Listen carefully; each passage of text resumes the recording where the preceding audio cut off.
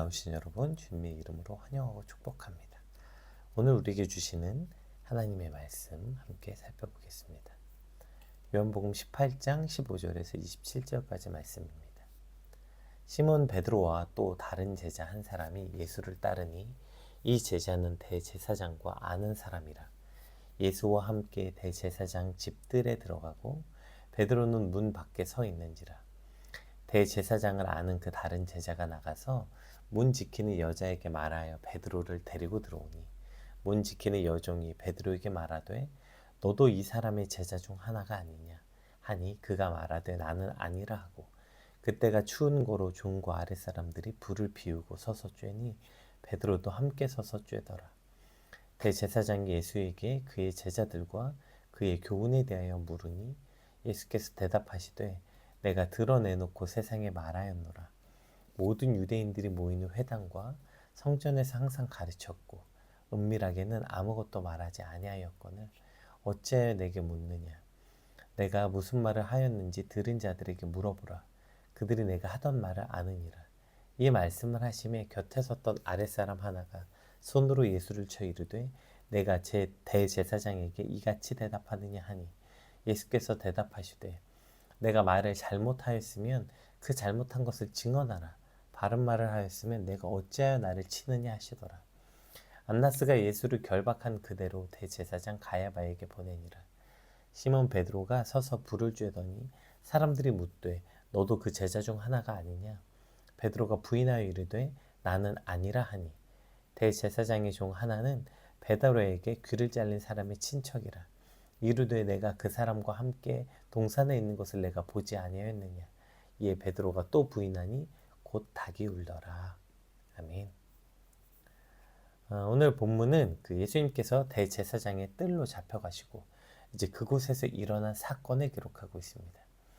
어제는 시간 관계상 자세히 설명하지 못했지만 이 대제사장이 두 명이 등장합니다.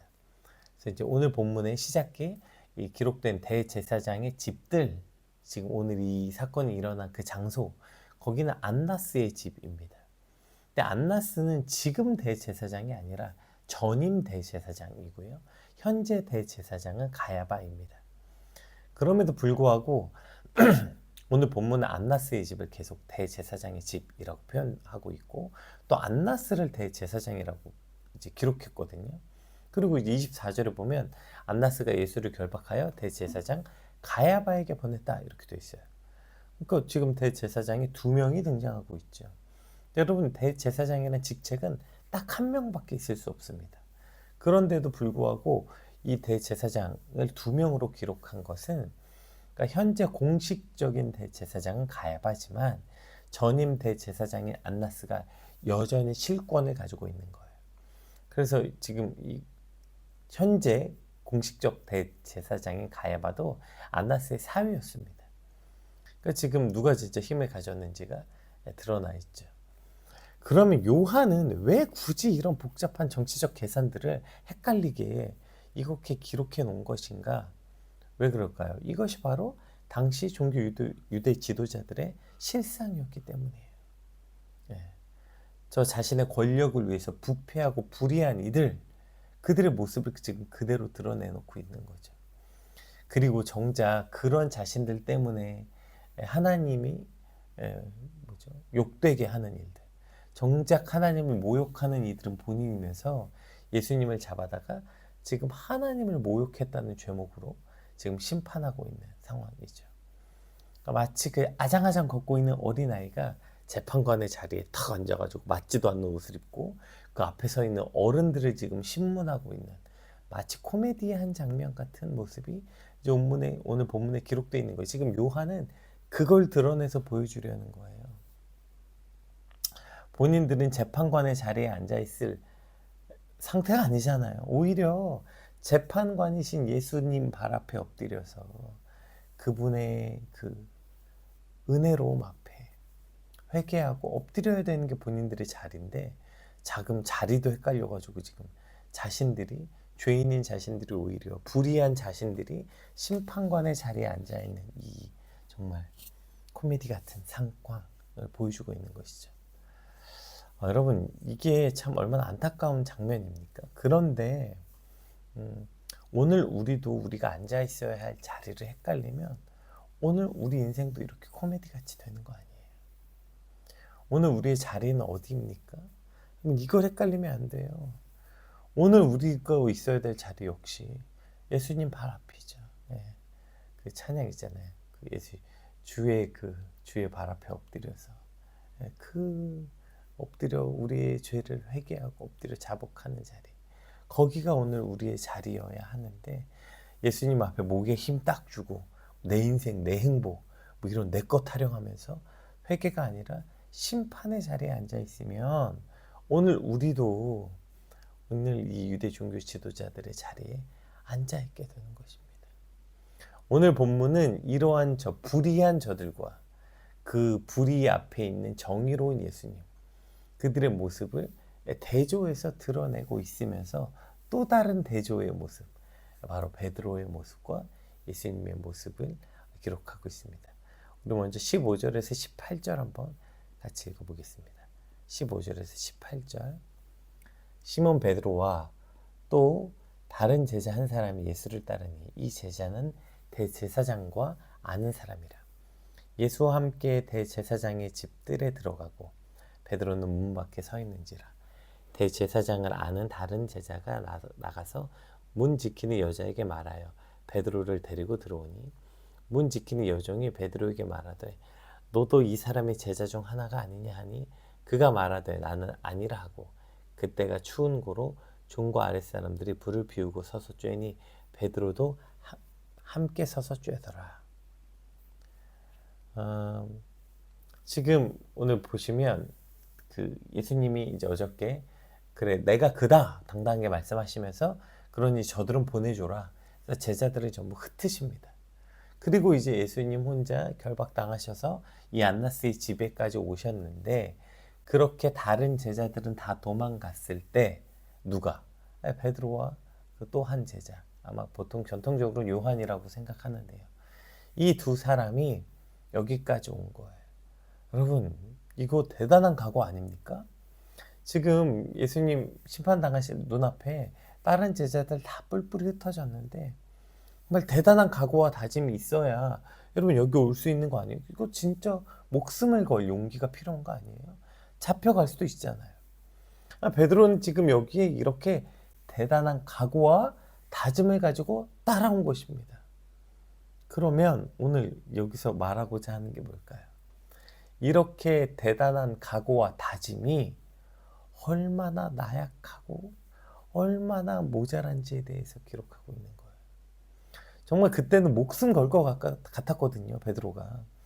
그땐 진짜 대단한 각오하고 온 거예요. 예수님, 다른 사람들 다 예수님 버려도 나는 결코 버리지 않습니다. 내가 죽으면 죽었지 절대로 예수님 버리지 않습니다. 오늘 베드로의 그 대단한 다짐, 각오. 예. 그리고 베드로는 지금 그 자신의 다짐과 각오를 지키려고 여기까지 따라온 거예요.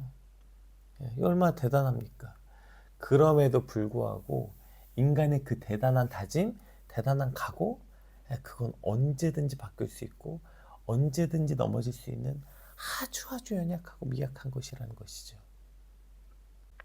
왜 우리 이런 말 하는 사람들 있잖아요. 자기 자신을 수식하는 말, 나는 한번 마음 먹으면 끝까지 하는 사람이야. 나는 거짓말은 잘 못해. 나는 이런 사람이야, 나는 저런 사람이야. 자신의 각오가, 자신의 다짐이 얼마나 대단한지 설명합니다. 난 이런 사람이야, 나는 그런 거야. 이게 다 지금 자신의 어떤 각오와 다짐 아닙니까? 아니면 난 과거에 이런 사람이었어 라는 거예요. 여러분, 그거 내가 아무리 대단한 각오고 다짐인 것처럼 떠들어봤자 별거 아니에요. 인간의 각오, 인간의 다짐이라는 것 자체가 별거 아니라고요. 아까 베드로의 그 대단한 고백, 다짐들이 있었지만 여러분 그 얼마나 보잘것없는지 오늘 본문에 드러나잖아요. 내가 진짜 지금 베드로가 얼마나 용기 있게 여기까지 따라왔어요. 근데 그 여자 종, 이제 다른 데선 그 어린 계집종이라고 돼 있는 그 종 말의 한마디에 그냥 벌벌 떨면서 그 각오와 다짐이 싹 다 무너지고 흔들린 것을 오늘 본문을 통해서 보여주고 있는 거예요. 여러분, 우리 스스로의 다짐에 속지 맙시다. 나는요, 내가 생각한 것보다 훨씬 더 대단한 사람이 아니에요. 내가 뭐 대단한 사람이라고 내가 한 다짐, 뭐 내가 한 각오 이런 걸 과신합니까? 여러분, 오늘 우리가 믿어야 되는 건 내가 아니라 예수 그리스도입니다. 아멘. 오히려 내가 얼마나 날마다 보잘것없는 존재인지 깨닫고, 그래서 늘 예수님의 도우심 아니면 살 수 없습니다. 그 발 앞에 엎드려야 되는 게 우리의 자리인데, 언제부터 내가 꽤 대단한 사람이랍시고 거기 심판관의 자리에 올라가가지고 거기서 나는 이런 사람이고, 나는 내가 마음먹은 건 꼭 해내는 사람이고, 이런 이야기를 합니까? 뭐 내가 다짐, 내 각오에 무슨 의미를 그렇게 둬요. 예. 오늘 여러분, 우리의 다짐이 아니라 하나님의 다짐이 중요합니다. 여러분, 하나님의 다짐이 뭐예요? 우리의 다짐은 이렇게 미약하고 보잘것없고 작은 것 하나에도 흔들리지만, 하나님의 다짐은 절대로 안 이루어질 가능성 자체가 없어요. 하나님 마음 먹으면 그대로 이루어지는 거예요. 이것을 우리는 섭리라고 부릅니다.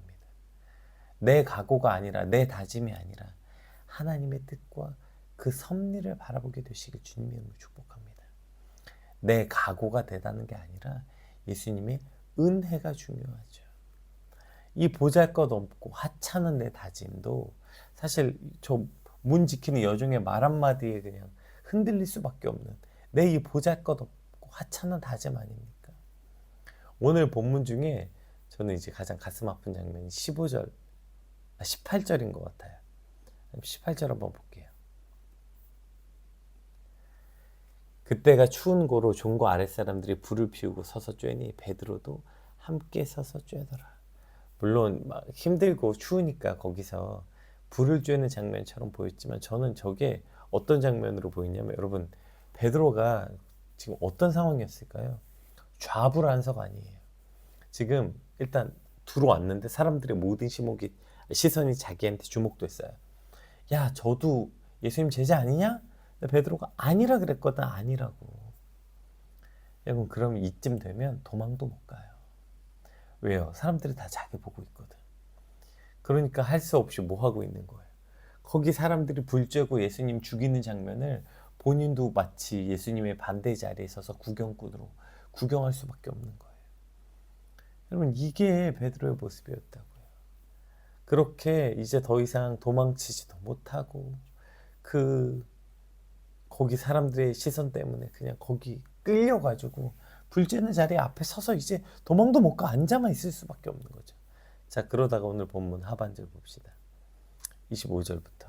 시몬 베드로가 서서 불을 쬐더니 사람들이 묻되 너도 그 제자 중 하나가 아니냐? 베드로가 부인하여 이르되 나는 아니라 하니, 대제사장의 종 하나는 베드로에게 귀를 잘린 사람의 친척이라. 이르되 내가 그 사람과 함께 동산에 있는 것을 내가 보지 아니하였느냐?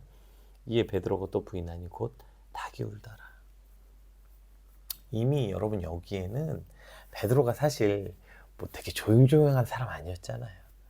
베드로가 누군지 아는 사람들이 꽤 있었던 거예요. 그러니까 너도 예수님 제자잖아, 너가 수제자잖아. 근데 베드로가 여기서 끝까지 모른 척, 나 아니야, 나 몰라, 난 저런 사람 몰라. 예. 결국 여기까지 하고 나서 풀려나는 거예요. 지금 예수님 모른다고 얼떨결에 부인하고 났을 땐 그냥 끌려서 불 앞에 앉아 있는 거예요. 예. 그러나 그가 그렇게 있다가 결국엔 끝까지 예수님을 완전히 부인하고 나서야 풀려나는 것. 여러분, 이것이 사실 오늘 본문의 가장 안타까운 장면 아닌가 싶어요. 오늘 우리도 마찬가지예요. 여러분, 그냥 절대로 못 도망쳐요. 예. 우리가 얼떨결에 한번 부인했다 치면 사단은 그 집요하게 물고 늘어집니다. 그러면 우리도 결국 끝까지 부인하고 나서야, 완벽하게 부인하고 나서야 풀려나는 거예요. 여러분, 얼마나 비참한 인생입니까? 얼마나 안타까운 인생이에요. 그러나 우리에게 소망이 있는 것은 우리 사도행전 19장에 이런 말씀이 있어요. 한번 봅시다. 사도행전 4장 19절에 보면 베드로와 요한이 대답하여 이르되 하나님 앞에서 너희의 말을 듣는 것이 하나님의 말씀을 듣는 것보다 옳은가 판단하라. 지금 이제 성령 받고 난 후에 베드로가 계속 복음을 전했어요. 그랬더니 또 똑같아. 예수님이 잡아 죽였던 저 사내들인 공회. 저기서 또 잡아간 거예요, 베드로를. 자, 똑같은 장면이에요. 이제 베드로가 잡혀갔어요. 사실 이때는 저 사내들인 공회원들에게 직접 신문당한 것도 아니잖아.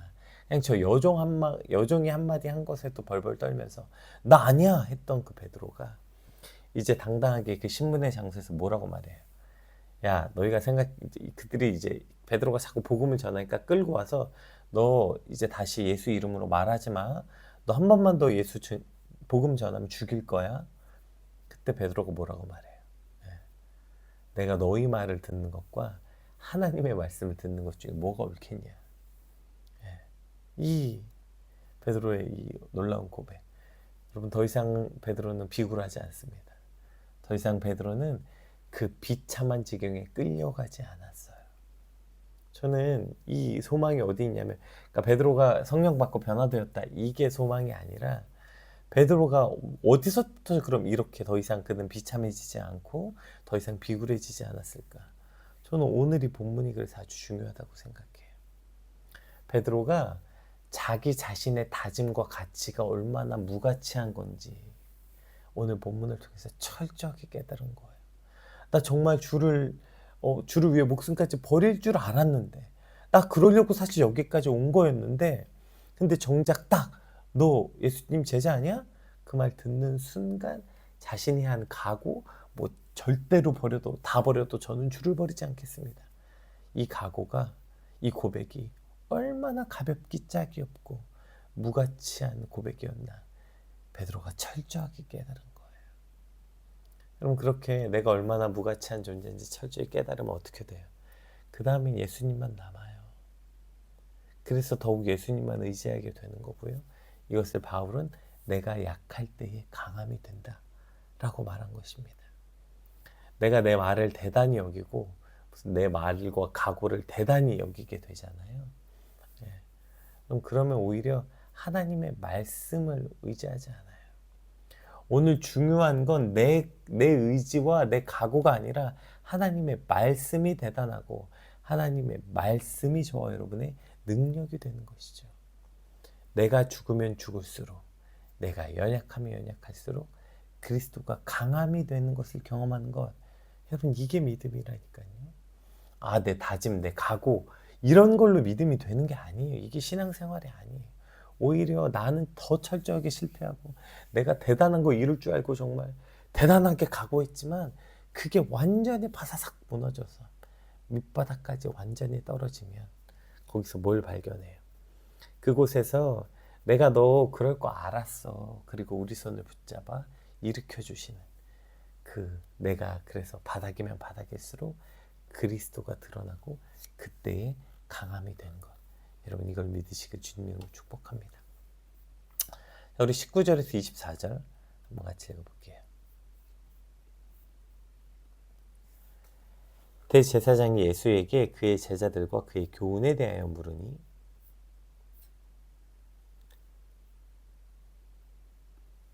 예수께서 대답하시되 내가 드러내놓고 세상에 말하였노라. 모든 유대인들이 모이는 회당과 성전에서 항상 가르쳤고 은밀하게는 아무것도 말하지 아니하였거늘 어찌하여 내게 묻느냐. 내가 무슨 말을 하였는지 들은 자에게 물어보라. 그들이 내가 하던 말을 아느니라.